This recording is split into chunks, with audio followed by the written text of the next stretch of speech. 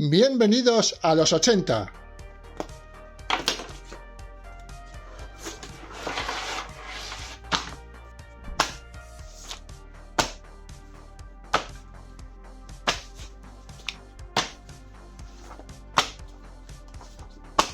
Bienvenidos a la edad de oro del cómic de adulto en España. Al boom de las revistas.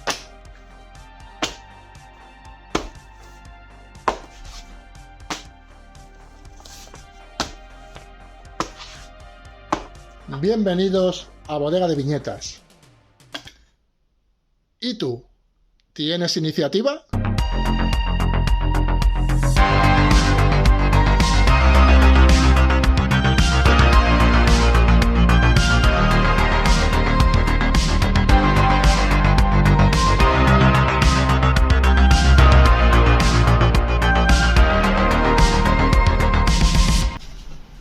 El peregrino de las estrellas, de Carlos Trillo y Enrique Brescia, obra que en esta edición nos vino serializada en la revista Ilustración más Cómics Internacional, publicación que vino de la mano de Joseph Toutain, personaje que no podemos obviar al hablar de esta publicación y otras muchas de la época. Un Toutain que nació en Barcelona en el año 1932 y que desgraciadamente nos dejó en el año 1997.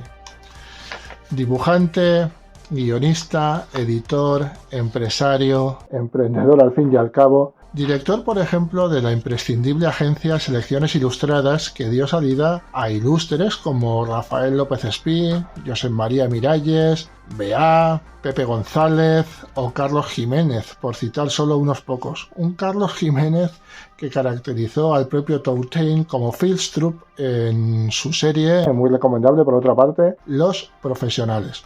En 1973 fundó la editorial Toutain y dio salida a las revistas de cómic adulto en España, como pueden ser la versión española del Crepi, en 1984, posteriormente Zona 84, Totem o la que nos ocupa hoy, Ilustración más Cómic Internacional, el cómics como se le conocía en la época. Asimismo dio soporte económico para que pudiera salir otra revista mítica en España, El Víbora. Personaje al que siempre rodearon luces y sombras, peculiar, soberbio, de gran personalidad, al que llamaban el sheriff de los tebeos. Era tal su carácter emprendedor que le llevó incluso a editar la historia de los cómics. Por cierto, una reedición en condiciones de tan enciclopédica obra no vendría nada mal. Pero bueno, ya le daremos la profundidad que merece a tal personaje y nos centraremos en esta obra, El peregrino de las estrellas. Como decimos, fue serializada por el Cómics Internacional y que constó de 12 capítulos y abarcó los 12 primeros números de la publicación que englobó todo tipo de géneros, aventura, fantasía, ciencia ficción, etcétera, etcétera, y por la que desfilaron autores de la talla de Richard Corben o Will Eisner, sin ir más lejos, y que constó en una primera época de 70 números, más 2 especiales, con periodicidad bimestral, pero que a partir del número 5 pasó a ser mensual, y que abarcó de mayo de 1980 a octubre de 1986. Posteriormente, en una segunda época, se fusionó con otra publicación mítica, su hermana Totem, pasando a llamarse Totem el Cómics, que constó de 67 números más 3 especiales, desde el año 87 al año 91. Finalmente tuvo una tercera época, aunque con muchísima menos repercusión en el año 92, pero que dejó de publicarse tras el número 6. Decir que esta historia tuvo una primera edición en la revista argentina Scorpio, de la editorial Record, en el año 1979. ¿Y qué es lo que nos cuentan estos 12 capítulos? Pues directamente nos encontramos a bordo del navío inglés El Peregrino, al mando del capitán Harris Conrad, cuando en mitad de un intento de motín se ven arrastrados por una extraña niebla hacia un agujero en el mar, momento que aprovechan los amotinados ante el temor que esta nueva situación provoca para abandonar el navío, quedándose solo a bordo el marinero Young y el grumete O'Flaherty, que se niegan a abandonar al capitán Conrad. A continuación, y tras ser engullidos por el agujero, van a parar a un mar cósmico que será el escenario en el que correrán toda suerte de aventuras en los distintos planetas que irán descubriendo, mientras intentan encontrar una ruta que les devuelva al mar en el que estaban, a la Tierra. Veremos distintos seres que habitan en este mar cósmico, como elfos, ogros, hadas, en una serie de aventuras interplanetarias, como por ejemplo ayudar a un extraño ser que les regala una flauta mágica que actúa al son de sus sonidos como generador de energía para impulsar al peregrino y seguir navegando.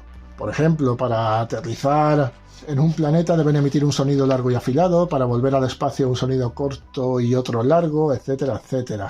Hay, por ejemplo, un planeta habitado por mandriles que parecen más humanos que los propios humanos. En otra ocasión van a parar a un planeta donde se les aparecen las visiones de las mujeres a las que aman, etcétera, etcétera, etcétera. Hasta que encuentran al mago Merlín, personaje peculiar, y a su asistente Emnora, que van en busca de cierto ermitaño que tiene el poder de contestar a la pregunta de la verdad infinita, el porqué del universo. Unas historias a modo de cuentos que nos relata el argentino Carlos Trillo, autor fallecido en el año 2011 y que tiene en su haber obras como Las puertitas del señor López, Husmeante, Chicanos o Yo el vampiro, por citar unas pocas, aparte de la infinidad de historias cortas que guionizó y que a estos cuentos les da con poco texto una profundidad que a mí me recuerda a un novelista como Stanislav Lem, con ese estilo entre lo filosófico y lo poético que impregnaba en sus obras y que se complementa de maravilla con el dibujo que nos regala Enrique Brescia. Un Enrique que hemos podido disfrutar en la extensísima Alvar Mayor, precisamente junto a Carlos Trillo a los guiones, o muy recientemente poniendo sus lápices al servicio del western más icónico, en Capitán Jack, una aventura de Tex, y que aquí, tras esos trazos limpios para definir, juega con las sombras, con las tintas como nadie. Herencia, como no, de su padre, don Alberto, el maestro indiscutible de las tintas.